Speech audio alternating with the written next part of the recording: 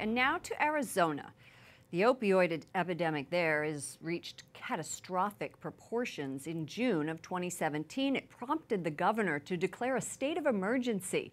And that declaration, while it was terminated last May, has left scars of thousands of deaths and lives in ruin. And they are visible all over this battleground state. Correspondent Jason Calvi is in Arizona, where the opioid issue is front and center in a tight Senate race. Good evening, Jason.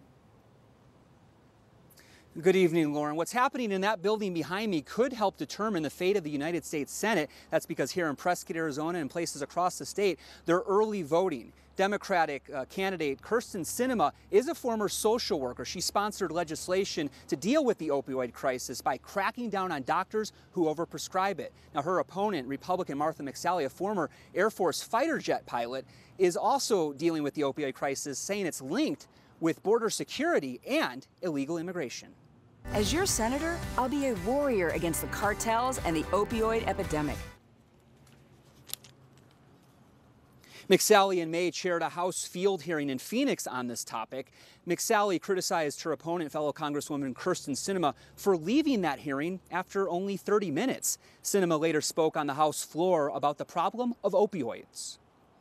We are passing bills to help reduce foreign shipments of illegal synthetic opiates from places like China that enter our country through the mail system. Sinema and McSally debated just once. Opioids were not brought up, but they were asked for their views on overturning Roe versus Wade. Sinema said the government should be kept out of that decision. McSally responded that she's pro-life.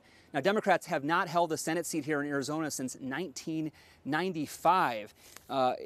Former governor of Arizona, Republican Jan Brewer, is endorsing McSally. But two major newspapers in the state, the Arizona Republic and the Arizona Daily Star, are both endorsing the Democrat, Sinema. Lauren? What do we expect to see next on the campaign trail? I know both of them must be traveling the state extensively. Extensive traveling, especially as you can tell people right now early voting in the state. And I have to stand right here 75 feet away legally, so that's why we can't give you a great view like we had last night of the mountains. But tonight, Martha McSally, the Republican, is going to be visiting a synagogue for a meet and greet. Then on Friday, Vice President Mike Pence will rally for her. That comes 1 week after President Trump rallied for McSally. Capitol Hill correspondent Jason Calvi, thank you for your great reporting.